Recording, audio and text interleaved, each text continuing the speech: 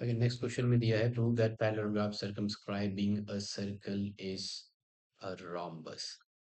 A parallelogram circumscribing a circle means that there is a parallelogram that is touching all the sides of the circle and the parallelogram is drawn outside the circle. Parallelogram जो है वो circle के बाहर है और उसकी सभी sides जो है वो सर्कल को टच कर रही है।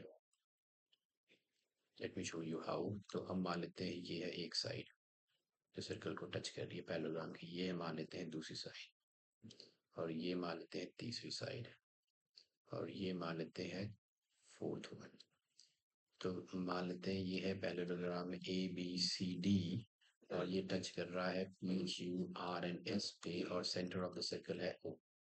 अब आपको प्रूव करना है ये पैरेललोग्राम इज अ रोम्बस। तो जो गिवन है वो है A B C D is a parallelogram and to prove that ABCD parallelogram ABCD is a rhombus। अब पैरेललोग्राम rhombus तभी बनेगा जब उसकी सभी sides equal हो जाएंगी। So we will try to prove that all its sides are equal, and for that we are going to join O to B, O to P, O to Q, O to C, and O to R. Okay, we need not have to join this. हमें join करने की जरूरत नहीं है। We will use the concept of tangents. So let's start with the proof. अब यहाँ पे B है एक्सटर्नल पॉइंट इस सर्कल के लिए और B से टेंजेंट बन रही है BP और BQ। इसी तरह A भी एक्सटर्नल पॉइंट है, यहाँ से टेंजेंट्स हैं AP एंड AS। D भी एक्सटर्नल पॉइंट है, यहाँ से टेंजेंट्स हैं DS और DR। और C एक्सटर्नल पॉइंट है, यहाँ से टेंजेंट्स हैं CR एंड CQ। और ये सभी इक्वल है, AP is equal to AS है, BP is equal to Q है। तो मैं लिखता हूँ यहाँ पे हो जाएगा BP is equal to B, BP BQ के इक्वल है। ऐसे ही AP है इक्वल AS के, सो AP इक्वल है AS के। अब यहाँ थोड़ा सा ध्यान रखना है, अगर मैंने BP लेफ्ट हैंड साइड में लिया है तो BP के साथ AP को भी लेफ्ट हैंड साइड में लेना है, ताकि इन दोनों को सम अप करके AB बन जाए, जो मैं बाद में। अभी अब आपने लेना है DR, तो DR को रखना है LHS में, तो DR के इक्वल है DS के। और इसी तरह C से एक्सटर्नल पॉइंट से दो टेंजेंट्स हैं CR और CQ, तो CR को मैं रखूंगा लेफ्ट हैंड साइड में और इधर रखूंगा CQ। और इन सभी का एक ही रीजन है, these are tangents drawn from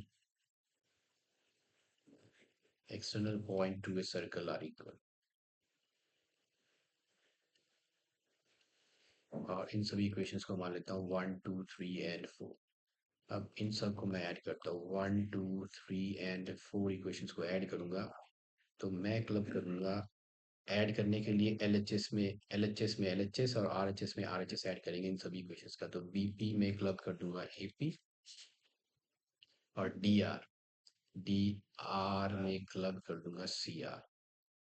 इसी तरह इधर BQ में क्लब कर दूंगा CQ, तो BQ को क्लब करूंगा CQ के साथ, तो BQ में क्लब करूंगा CQ और AS में क्लब करूंगा DS। तो BP प्लस AP बन जाएगा AB और DR प्लस CR बन जाएगा CD। BQ प्लस CQ बन जाएगा BC। AS प्लस DS बन जाएगा AD। तो ये आ गया आपके पास रिजल्ट। अब यहाँ पे जो AB है वो इक्वल है CD के, क्यों, और BC इक्वल है AD के। रीजन है these are opposite sides of a parallelogram, क्योंकि ABCD पैरेललोग्राम भी है, these are opposite sides of a parallelogram are equal. Okay, अगर ये इक्वल है तो यहाँ से मान लेते हैं fifth, we can say therefore 5 becomes.